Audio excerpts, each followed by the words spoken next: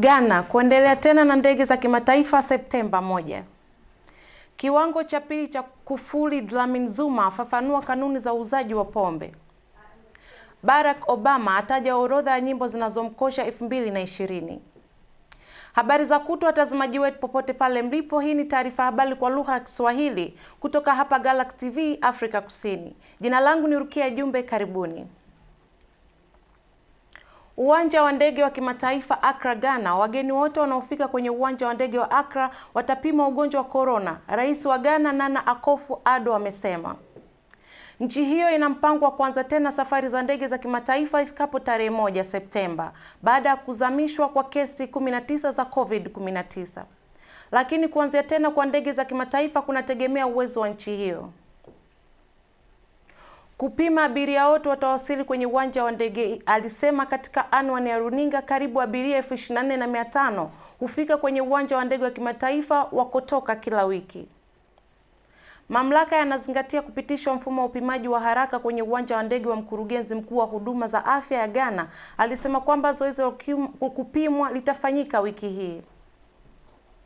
Ndege za nyumbani tayari zinafanya kazi nchini. Rais Akufo-Addo pia alitangaza kwamba taasisi za elimu ya juu zitafunguliwa tena kutoka wiki ijayo. Hivi karibuni Ghana imerekodiwa kupunguzwa kwa idadi ya kesi za COVID-19. Katika nchi ya watu milioni 30.4 hadi sasa vipimo vya 427,121 COVID imefanyika na kesi chanya 42,332 na vifo 231 vimerekodiwa. Tupate taarifa zaidi.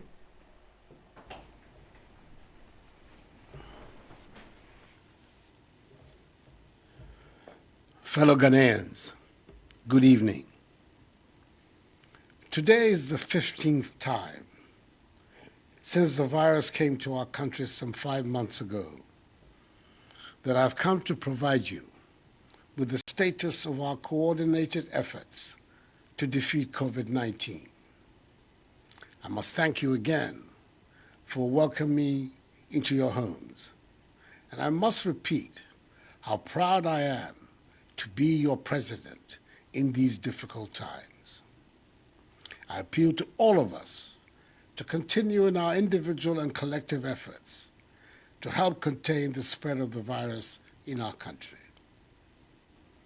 We've been through several phases of the fight against the pandemic. We've put in place restrictions to our everyday lives, indeed, some of which still remain, and we've gradually moved to restoring normalcy in some aspects of our lives. Over the last few weeks, the cap on the number of persons going to church and mosque has been lifted, albeit with strict social distancing. Our final year students in university, senior and junior high schools have returned to school to write their final examinations. And the Electoral Commission has just completed the successful compilation of a voters' register ahead of the conduct of the 2020 general elections in December. On behalf of the people of Ghana, I congratulate warmly the chairperson of the Electoral Commission, Mrs. Jean Mensah, her 2 deputies, Dr. Eric Asare Bosman and Mr. Samuel Tete, and the entire commission for the efficient, safe, transparent nature of the registration exercise, where for the first time in our nation's history, Ghanaians were provided with daily updates of the numbers of eligible voters registered, together with specific age, gender, regional breakdowns, and breakdowns of identity documents. All eligible voters were given the unfettered opportunity to register, a process that was fully embraced by the mass of the citizenry. Of course, there were genuine and understandable concerns about conducting such a complex exercise involving millions of citizens at this time. But at the end of the day, Ghanaians did their civic duty by going out to register having found that the process was overwhelmingly orderly, peaceful, and safe.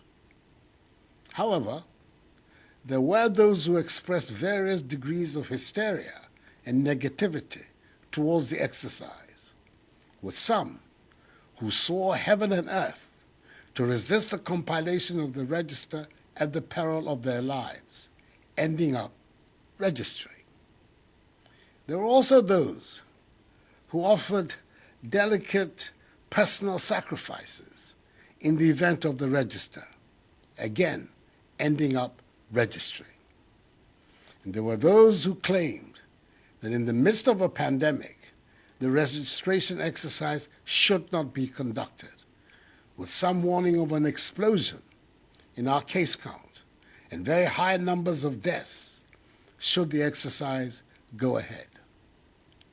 By the grace of God, the work of the Electoral Commission, and the effective measures put in place by government, these prophecies of doom did not materialize.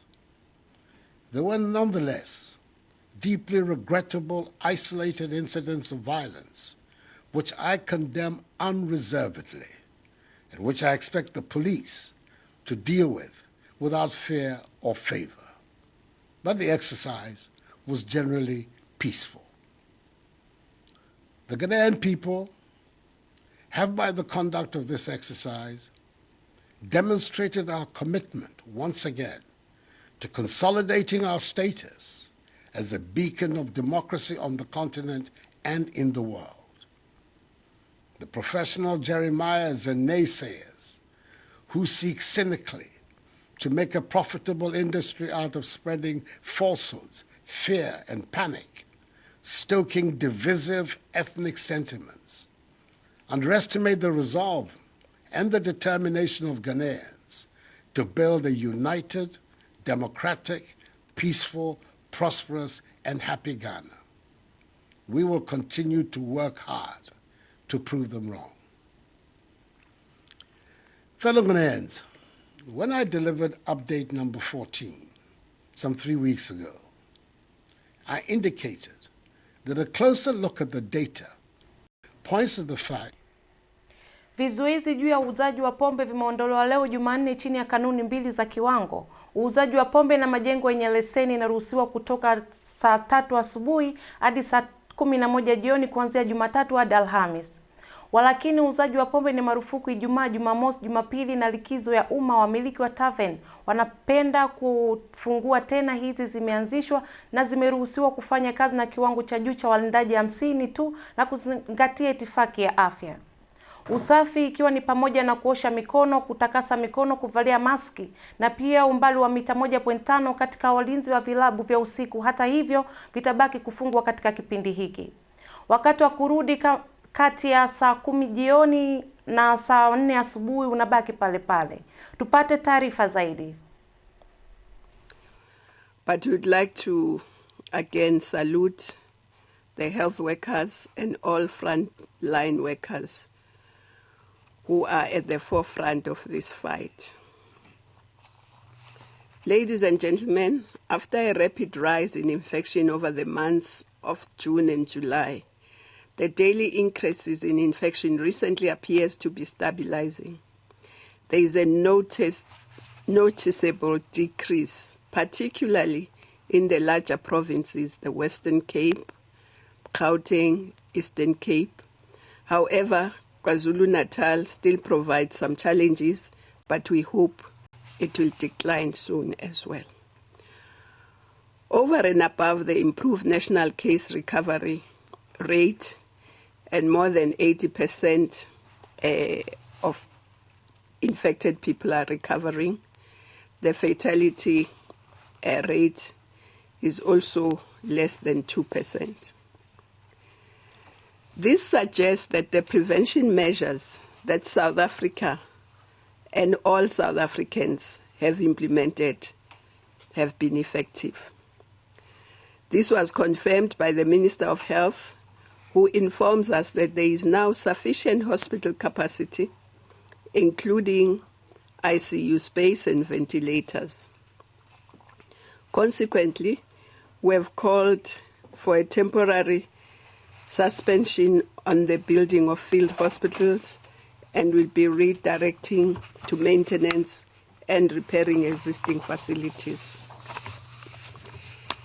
As we continue with our fight against this COVID-19 virus, we aim to limit hardships, and there is no desire to leave stringent prohibitions in place when they are no longer necessary. Mawada, mwanafunzi wa chuo kikuu cha miaka 22, ahukumiwa kifungo cha miaka 2 jela baada ya kupatikana na hatia ya kukiuka maadili ya familia wa Misri. Alikamatwa mnamo Mei baada ya kuchapisha video kwenye TikTok na Instagram, ambapo alilinganisha na nyimbo maarufu na kucheza kwa nguo za mtindo. Mwendesha mashtaka alipata video zake zisizo sawa. Mawada ina zaidi ya wafuasi milioni 3 kwenye TikTok na milioni 1.6 kwenye Instagram. Alitaka tu kuwa maarufu na omboleze rahma wasichana wa TikTok. Mawada ni mmoja wa wanawake wachanga 5 waliopewa adhabu moja gerezani kwa kuongeza fani ya karibu $20,000. Watoto hawa wanajulikana kama wasichana wa TikTok. Mbali na Mawada, kikundi hicho kinajumuisha nyota mwingine wa media ya kijamii Hanin Hossam na wengine 3 ambao hawajatajwa. Rahma anasema dada yake alikuwa akiiga mfano kwenye media za kijamii kwa bidhaa za kadhaa za kujulikana na mitindo. Alikuwa anatamani sana, alikuwa na ndoto ya kuwa mwigizaji. Wengine waigizaji huvaa kwa uwazi sana, hakuna anayewagusa. Aliuliza kwa hasira. Kulingana na kundi la haki za binadamu Amnesty International, waendesha mashtaka walitumia picha 17 za Mawada dhidi yake kama ushahidi wa ujinga. Mawada alisema picha hizi zilikuwa zimevujwa kutoka kwa simu yake baada ya kuibiwa mwaka jana. Mawada na wanawake wengine 4 walikata rufaa dhidi ya imani yao Jumatatu, na shauri linafuata limepangwa tarehe 14 Septemba kwa uchache kabisa. Rahma anatarajia hukumu ya dada yake itapunguzwa. Tupate taarifa zaidi.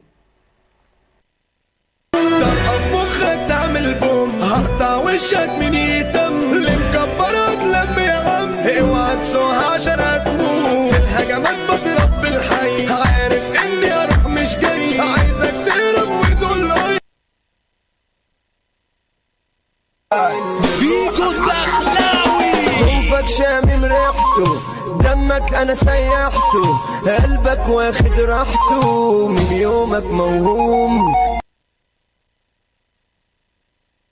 ما حاجة تجرحني يلا حبك موت ده اي حدود قلبي لك مشدود انت احلى خدود شفتك اتسرقت شكلي فيك.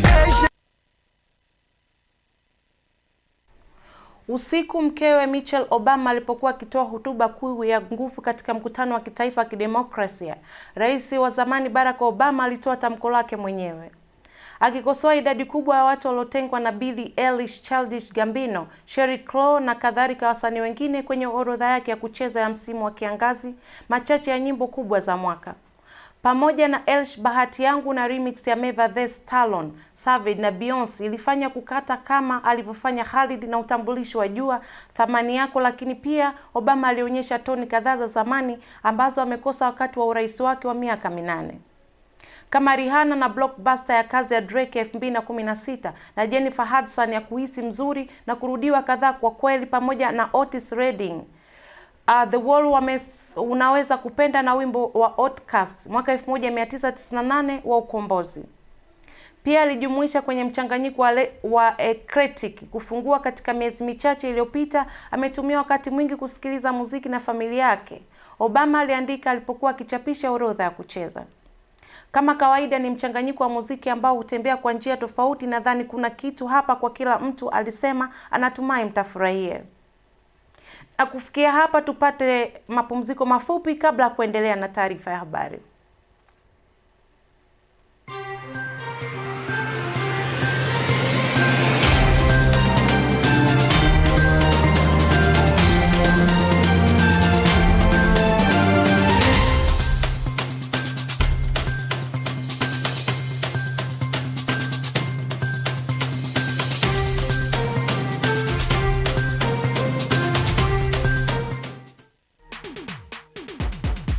Feel the heat. Do you dream of awesome cartoons filled with funny characters who go on extraordinary adventures?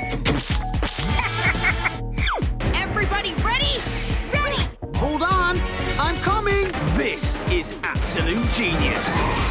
I'm on my way. I'm ready. Titans, go! Feel the excitement. Like it? I love it! Feel the heat with StarSat.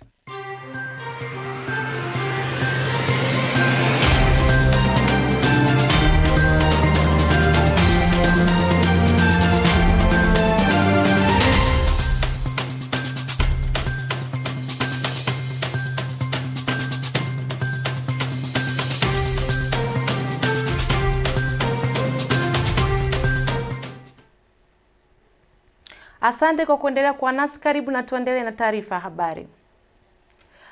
Leo tutakuwa na Hamidu na kazi yake kubwa ya utangazaji wa habari za michezo. Atatuarifu zaidi kazi yake na matumaini yake ya kufanya hii kazi nje ya Tanzania.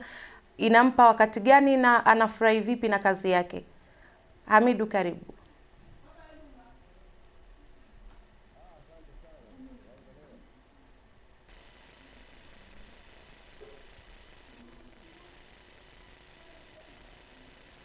Asante sana, habari za leo? Salama, karibu Hamidu. Ndio. Kwa kifupi ni kwamba mimi naitwa Kingu Hamidu Kiula na ni mwanahabari wa michezo, nikimaanisha kwamba kwenye utangazaji, uandishi na analysis, na nilitokea kuipenda kazi hii hapa kutokana na kwamba mimi mwenyewe ni mwana michezo kuanzia nikiwa niko shuleni. Kwa hiyo ni kazi ambayo naipenda na naifanya na channel tofauti tofauti, ijapokuwa ni mwandishi wa kujitegemea. Na sasa unafanya kazi kwenye radio, TV, ni channel ipo Tanzania au iko South Africa au iko sehemu gani? Naam.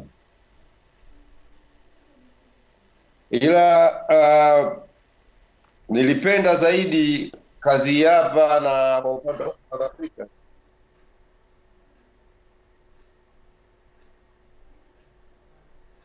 Hapa channel iko hapa South Africa, na ni channel Africa na vile vile SABC Africa na ambao mara nyingi nafanya nao kazi. Hata kwenye mambo mazima ya uchambuzi wa michezo pamoja na management na mipangilio vile vile tofauti ambayo husiana na michezo. Na kwenye kazi yako unapata ugumu gani kwenye kazi ambapo unafanya huko? Unatumia Skype kufanya kazi yako au unatuma habari kupitia njia gani? Naam.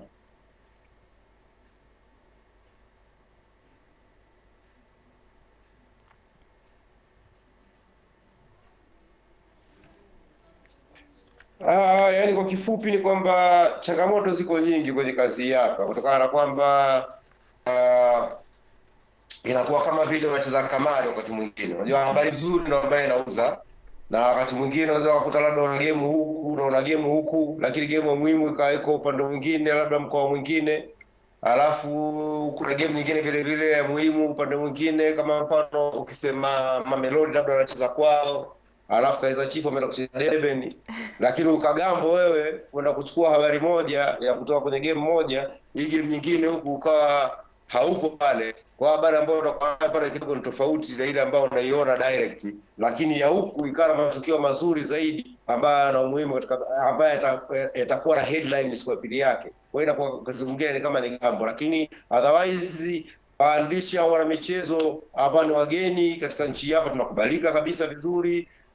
Tunafanya nao kazi vizuri, tunashirikiana nao vizuri. Kwa hiyo kwa kifupi ni kwamba changamoto ni kwenye tu kugambo kwenye habari mzuri, lakini mengine basi haya tatizo kwa kweli kabisa.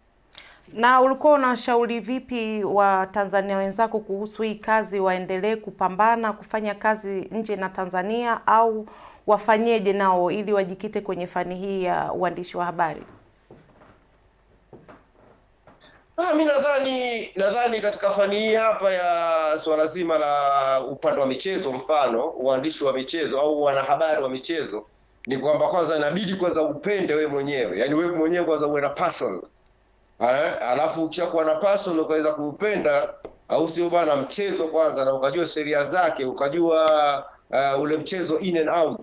Alafu baada ya pale ndio uweze kufanya nini? Uweze kwenda kwanza kulifanya swala hilo hapo la kuwa mwanahabari, lakini inabidi kwanza uanze kuupenda mchezo kuanzia chini. Lakini jambo ambalo nadhani ni tafsiri ambayo nadhani watu wengi wameshindwa kuielewa, kwa sababu hii ina mapana makubwa sana. Sio kwamba kwenye kuandika peke yake, hapana. Unaweza ukaandika, unaweza ukawa mchambuzi, ama sio bwana, unaweza ukawa bwana mipango wa michezo, unaweza ukawa kama tuseme labda mkurugenzi wa benchi la ufundi katika michezo, kama ungeweza kujua vizuri. Mfano mzuri ni mimi nilianza kwanza kama mwandishi tu wa habari za michezo pale Boston College, lakini baadaye nikaingia kwenye uchambuzi, na baadaye nikaingia kwenye nikasomea zaidi tena kwenye sports management. Kwa hiyo unaweza ukaangalia kwamba hiki ni kitu ambacho kinaweza kukupeleka mbele, na kwenye sports management mambo mengi bado unaweza ukayafanya. Unaweza ukawa wakala wa michezo, unaweza ukawa wewe mwenyewe labda kama CEO ama msimamizi mkubwa wa klabu kubwa, ukaweza kuimanage kwa sababu wewe umefanya ile sports management. Kwa hiyo maana unaweza ukawa anything, you can do anything. Na mimi katika mtazamo wangu nadhani nitakuja kurudi nyumbani Tanzania nije nifanye nao kazi pale. Na tayari nadhani kule Tanzania vile vile kuna baadhi ya radio ambayo nishafanya nao kazi kama Clouds FM nimefanya nao kazi, Azam nimefanya nao kazi, alafu vile vile kuna wale wengine wale wanaitwa Sibuka FM nimefanya nao kazi sana, kina Omi wale. Nikienda Tanzania mara nyingi nikirudi pale basi mimi wasikosi hiyo mialiko mara kwa mara kwenye swala zima ile hapa la michezo. Kwa hiyo nadhani ni platform nzuri kwangu mimi hapa, sababu baadaye lengo langu ni kuja kwenye michezo ili kuweza kurudisha faida katika jamii yetu ya Tanzania. Sawa Midu, asante kwa taarifa hizi na karibu tena Galaxy TV. Asante sana. Shukrani sana. Na kufikia hapa wapenzi watazamaji, tumefika mwisho wa taarifa ya habari kutoka hapa Galaxy TV. Tujiunge nasi kesho muda na wakati kama huu. Asanteni na jioni njema.